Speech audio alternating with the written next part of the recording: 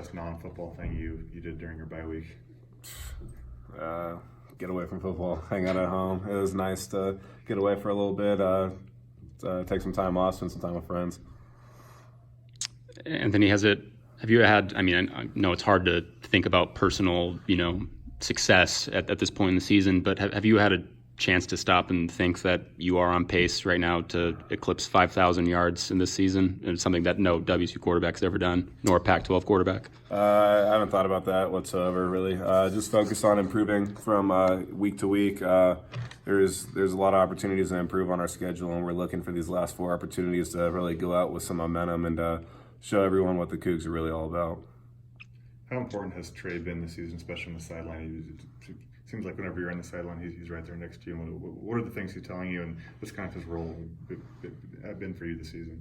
Trey's been awesome. We've gone against each other for years, and when I first showed up here, kind of funny, I was like, I wonder how this is going to go, trying to be friends with somebody I'm competing against in the next 4 years. But Trey's an awesome dude, great friend, great teammate, does whatever he can to help the team win, and whether that's him getting if his time ever gets called, whether that's him holding field goals in the past or helping me out with something I went wrong with during the game. He's always there to help, and the other quarterbacks as well. Got to mention them; they do a great job helping me out throughout the game as well.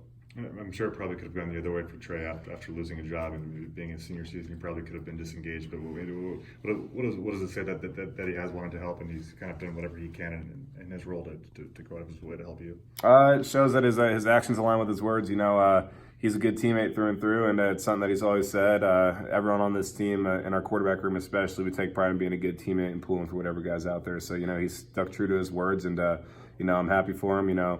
Selfishly, I'm happy for him. I know he's got some football left in him, and he definitely could have played, but I'm happy he's here and helped me out. Coach Leach said yesterday, I think he'll make a great coach in the future. Do you see him doing that too? Yeah, no doubt. The second I met Trey, maybe not the second I met him, but throughout our time getting to know each other, kind of asked what we want to do when we're done and stuff. And I asked him if he wanted to be a coach, and no hesitation, he said, "Yeah." I was like, "Yeah, I could totally see it, no doubt." Going up against a Cal defense who's good, and I believe they're the only defense who's averaging less than a passing touchdown a game. Yep. Do you look forward to playing against some of the better defense in the conference, like a Cal team? No doubt. They do some great things over there. They're well coached, got some good athletes, and they get the most out of each of their players. They're always in the right spot and well coached defense. So going against good defense like this, always a challenge, always something that's fun. Looking forward to throughout the week, especially back in the Bay Area. Does Weaver take away part of the field? It's similar to maybe how a really good cornerback like a Richard Sherman would take away half of the field playing in pass coverage. Does he do the same thing maybe from the linebacker spot there? Yeah, he definitely does some good things. He's long out there, so maybe you got to be a little bit smarter with some throws where maybe some other linebackers in our conference maybe won't tip it. And I'm aware that he's one of the top players in the country at his position, so I'm gonna be cautious where he's at. But we also aren't scared of him, so we're gonna execute our game plan accordingly. Did you grow up a Cal fan? Not really. I had an uncle who went to Stanford, so more so a Stanford fan, I guess. But I kind of paid attention to him growing up. See any games there?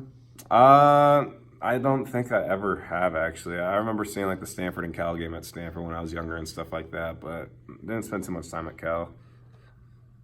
Esopp said he's going to have around 80 people. Are you going to top that? Shoot, I don't know. I might have.